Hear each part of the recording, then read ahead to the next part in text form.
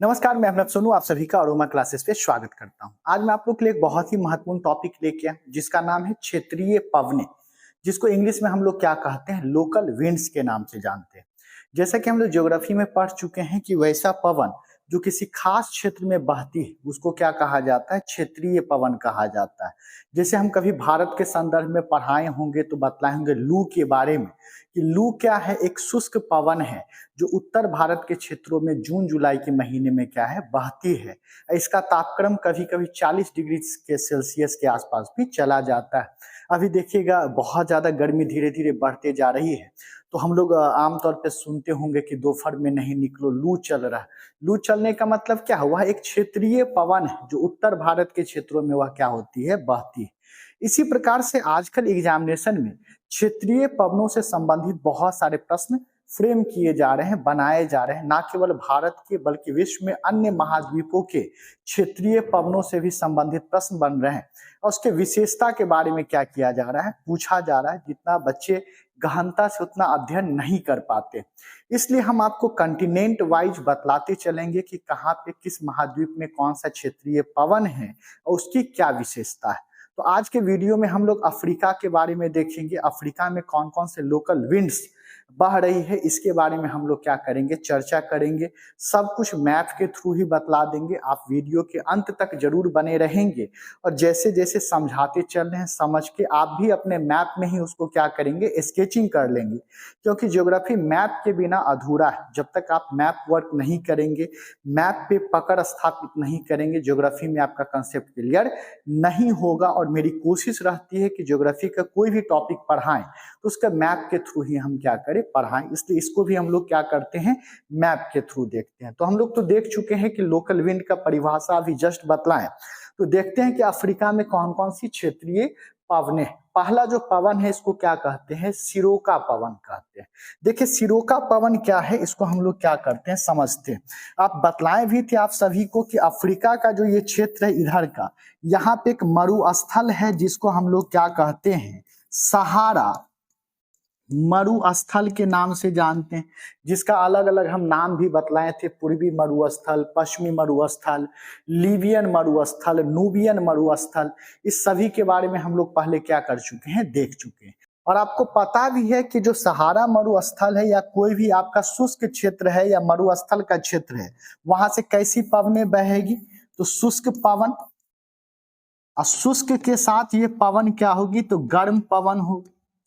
तो इस सहारा मरुस्थल से शुष्क और गर्म पवन जो है वह किसके तरफ बहती है, तो भूमध्य सागर की ओर जाती है। आप देखिए जो ड्राई और जो ये क्या है, हॉट विंड है, वह जब भूमध्य सागर के ऊपर से गुजरेगी तो यहाँ भूमध्य सागर में जो जल है इसको वाष्पित करेगी। और जब जल को वाष्पित करेगी तो उस पवन में क्या होगा, नमी मिलते जाएगा और ये नमी युक्त पवन बन जाएगा। और जब यह नमी युक्त पवन जो है यूरोप के देशों में प्रवेश करेगी तो इस यूरोपीय कंट्रीज में क्या करेगी, वर्षा करवाएगी। लेकिन सहारा मरुस्थल से जब यह पवन उठती है तो सहारा मरुस्थल में क्या है, रेत है, बालू है, तो अपने साथ बालू को लेकर उड़ती है। और जब रेत के साथ उड़ेगी और यहाँ से नमी मिल जाएगा तो यहाँ पर जो इटली के क्षेत्रों में जो वर्षा होती है वह रेत के साथ वर्षा होती है। और रेत के मौजूदगी के कारण वर्षा का जल कैसा प्रतीत होता है, लाल प्रतीत होता है। ऐसा अपीयर होता है कि रक्त जो है, ब्लड जो है ऊपर से वर्षा के रूप में क्या है, गिर रहा है। इसलिए देखिएगा इटली के क्षेत्र में ऐसे वर्षा को हम लोग क्या कहते हैं, ब्लड रेन के नाम से जानते हैं या रक्त वर्षा के नाम से जानते हैं। और इस पवन को जो सहारा मरुस्थल से आपको भूमध्य सागर की ओर गया, इसको हम लोग सिरोका पवन के नाम से जानते हैं। तो हम क्या कहेंगे कि वैसा पवन जो सहारा मरुस्थल से भूमध्य सागर की ओर बहती है उसको क्या कहा जाता है, सिरोका पवन कहा जाता है। इस पवन का विशेषता है कि यह गर्म और शुष्क पवन है। और जब यह भूमध्य सागर के ऊपर से गुजरती है तो भूमध्य सागर में वाष्पन के दर को बढ़ा देती है, जिसके कारण इस पवन में नमी मिल जाता है। और पहले से रेत तो क्या रहता है, मिला ही, हुआ रहता है। इस पवन को अलग अलग क्षेत्रों में हम अलग अलग नामों से जानते हैं। जैसे इटली में इसी पवन को हम खमसिन कहते हैं। तो पूछ देगा खमसिन जो क्षेत्रीय पवन है वह किस महाद्वीप में बहती है, तो क्या बोलेंगे अफ्रीका महाद्वीप में। और किस क्षेत्र में बहती है, तो क्या कहेंगे मिस्र के क्षेत्र में बहती है। लीबिया में इसी पवन को क्या कहा जाता है, गिबली के नाम से हम लोग क्या करते हैं, जानते हैं। तो उम्मीद करते हैं यह सिरोको पवन जो है इसके बारे में आप समझ गए होंगे। तो देखिए यहाँ हम लिख भी दिए हैं कि सिराको पवन जो है गर्म और शुष्क पवन है। दूसरा, भूमध्य सागर से नमी अवशोषित करती है, वाष्पित करके नमी अपने में मिला लेती है और इटली में वर्षा का कारण बनती है। चूंकि नमी युक्त पवन किसी भी क्षेत्र में जाएगी तो ठंडा होकर वहां क्या करती है, बारिश करवाती है। और यह भी बताएं रेत के मौजूदगी के कारण वर्षा का रंग कैसा हो जाता है, लाल हो जाता है। अतः इसे क्या कहा जाता है, ब्लड रेन के नाम से हम लोग जानते हैं। और यह भी बतलाएं कि इस पवन को विभिन्न क्षेत्रों में हम विभिन्न नामों से जानते हैं। जैसे मिस्र में इसको खमसिन कहते हैं और लीबिया में इसको हम किस नाम से जानते हैं, गिबली के नाम से जानते हैं। तो आप अपने मैप में आप क्या करेंगे, स्केचिंग कर लेंगे। अब दूसरा जो पवन है जिसको हम लोग हरमट्टन पवन कहते हैं या इसको डॉक्टर विंड के नाम से हम लोग क्या करते हैं, जानते हैं। तो देखिए हरमट्टन पवन होता क्या है, हम बतलाए थे अफ्रीका एक ऐसा महाद्वीप है जहां पर तीनों रेखा गुजरती है, कर्क रेखा, विषुवत रेखा और मकर रेखा जो है अफ्रीका से गुजरती है। और जब हम लोग प्रेशर बेल्ट बतला रहे थे, दाब पट्टी बतला रहे थे, तो हम बता रहे थे कि विषुवत रेखा के निकट 5 डिग्री उत्तर और 5 डिग्री दक्षिण का जो क्षेत्र है इसको हम लोग क्या कहते हैं, विषुवतीय निम्न दाब पट्टी। इसको इक्वेटोरियल लो प्रेशर बेल्ट कहते हैं या विषुवतीय निम्न दाब पट्टी कहते हैं। और ऊपर जो होता है इसको हम लोग क्या कहते हैं, उपोष्ण उच्च दाब पट्टी के नाम से जानते हैं। तो 30 डिग्री के आसपास जो अक्षांश है यहाँ पर उपोष्ण उच्च दाब क्या होता है, पट्टी होता है। और पवन हमेशा किधर से किधर जाएगा, उपोष्ण उच्च दाब पट्टी से विषुवतीय निम्न दाब पट्टी की ओर क्या करेगा, प्रवाहित करेगी। तो आप देखिए क्या है, ये जो तट है इसको गिनी का तट कहा जाता है। अगर मैप में देखिएगा तो यह जो तट है इसको क्या कहते हैं, गिनी तट के नाम से हम लोग जानते हैं। और इसके निकट से ही क्या है, विषुवत रेखा गुजरती है। और बतलाए थे जहां भी विषुवत रेखा है वहां पर सूर्य का प्रकाश क्या होता है, सीधे पड़ता है। सूर्य का प्रकाश सीधे पड़ता है तो वह क्षेत्र कैसा होता है, तो वह क्षेत्र गर्म क्षेत्र होता है। गर्म क्षेत्र होने के साथ साथ उस क्षेत्र में वाष्पन का दर क्या होता है, ज्यादा होता है। तो उस क्षेत्र में भारी बारिश भी होती है, नमी हवा में बहुत ज्यादा होता है और उमस भी होती है। तो इस गिनी तट का क्या हाल है कि इस क्षेत्र में क्या है, गर्मी बहुत ज्यादा है, वाष्पन का दर बहुत ज्यादा है, तो हवा में नमी ज्यादा है, साथ साथ उमस ज्यादा होती है, जिसके कारण क्या होता है, इस क्षेत्र में बीमारी बहुत ज्यादा फैलती है। डिजीज जो है बहुत तेजी से क्या होता है, फैलता है। लेकिन एक पवन जो है वह आपको उपोष्ण उच्च दाब पट्टी से किधर की तरफ बहती है, विषुवतीय निम्न दाब पट्टी की ओर बहती है। या यूं कह लीजिए कि वह पवन जो है सहारा मरुस्थल के क्षेत्र से किसके तरफ बहती है, गिनी तट की ओर बहती है। और जाहिर सी बात है सहारा मरुस्थल के क्षेत्र से बहेगी तो यह क्या होगा, गर्म और शुष्क पवन होगी। तो गर्म और शुष्क पवन जब गिनी के तट पर पहुंचती है तो शुष्क पवन है, ड्राई विंड है, तो इस गिनी के तट के जो नमी है उसको अवशोषित करना शुरू कर देती है। यानी कि इस क्षेत्र में नमी के मात्रा को कम करते चलती है।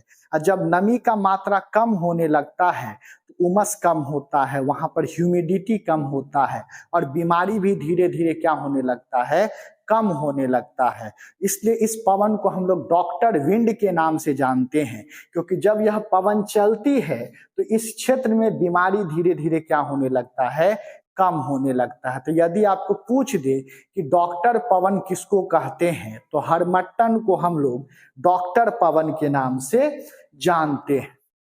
तो यहाँ लिख भी दिए हैं कि हरमट्टन पवन क्या है, शुष्क एवं गर्म पवन है।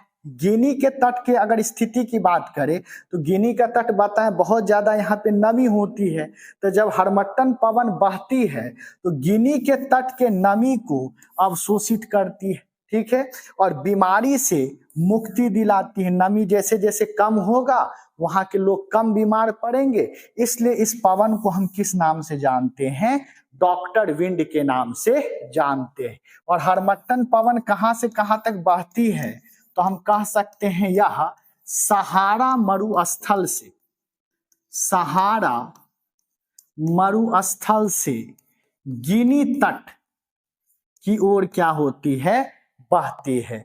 यानी कि सहारा मरुस्थल से भूमध्य सागर की ओर जो है वह सिराको पवन है, और सहारा मरुस्थल से गिनी के तट की तरफ कौन है, तो हम क्या कह सकते हैं, हरमट्टन पवन है। यानी कि अगर इसमें देखें तो विपरीत तरफ ऊपर की तरफ जो जा रहा था यो क्या है, सिराको पवन है, और नीचे की तरफ जो जा रहा है दक्षिण की तरफ यह क्या है, हरमट्टन पवन। इसके अलावा भी कुछ महत्वपूर्ण पवन आपको अफ्रीका में बहती है क्षेत्रीय स्तर पर। सूडान में जो क्षेत्रीय पवन है इसको क्या कहा जाता है, हबूब पवन के नाम से हम लोग जानते हैं। दक्षिण अफ्रीका में एक पवन जो है प्रवेश करती है, इसको बर्ग पवन कहते हैं, और एक दूसरा जो है इधर से प्रवेश कर रहे इसको हम लोग क्या कहते हैं, केप डॉक्टर के नाम से जानते हैं। तो यदि पूछ दे हबूब पवन कहाँ का क्षेत्रीय पवन है तो क्या बोलेंगे, सूडान का। या दे दे केप डॉक्टर या बर्ग पवन जो है कहाँ का क्षेत्रीय पवन है तो क्या कहेंगे, साउथ अफ्रीका, दक्षिण अफ्रीका का क्या है, क्षेत्रीय पवन है। इसी प्रकार से नीचे ये हम देख रहे हैं ये अफ्रीका है, और ऊपर हम देख रहे हैं क्या है, यह यूरोप है।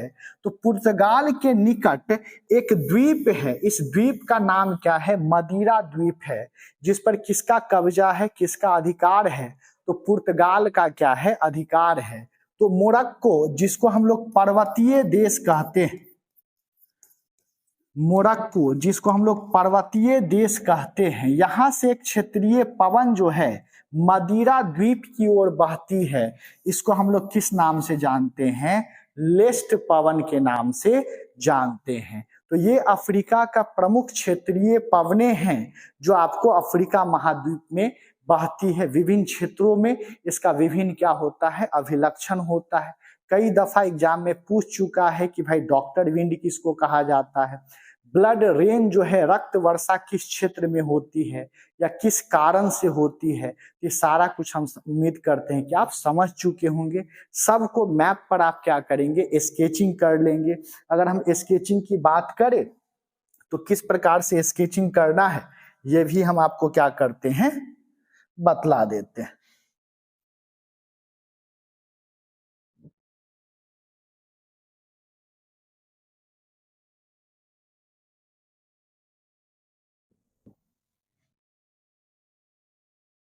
देखिए अगर यहां पर हम देखें, वैसे इसको बड़ा कर ले,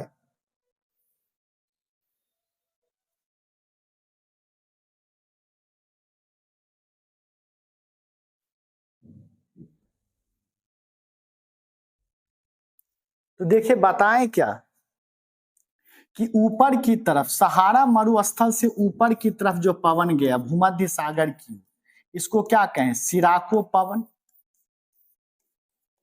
सिराको पवन। इधर सहारा मरुस्थल से गिनी के तट की ओर जो पवन बही इसको क्या कहें, हरमट्टन पवन के नाम से जाने, ठीक है। इसी के अलावा हम क्या बता दिए कि सूडान के क्षेत्र में है, यहां भी पवन बतला दिए। दक्षिण अफ्रीका के क्षेत्र का पवन बतला दिए। फिर मोरक्को से जो पवन बह रही है ये भी बतला दिए। तो इस प्रकार से एक ब्लैंक मैप लेना है और इसको क्या कर लेना है, स्केचिंग कर लेना है, और यहीं पर सबका विशेषता ब्लैंक मैप में ही क्या कर लेना है, लिख लेना है। अगर यह वीडियो अच्छा लगा हो तो ज्यादा से ज्यादा जरूर शेयर करेंगे और इसको लाइक करना नहीं भूलेंगे, और कमेंट में बतलाएंगे कि यह वीडियो आपको कैसा लगा और इस प्रकार का वीडियो और आप चाह रहे हैं या नहीं चाह रहे हैं। बहुत बहुत शुक्रिया, थैंक यू आप सभी का।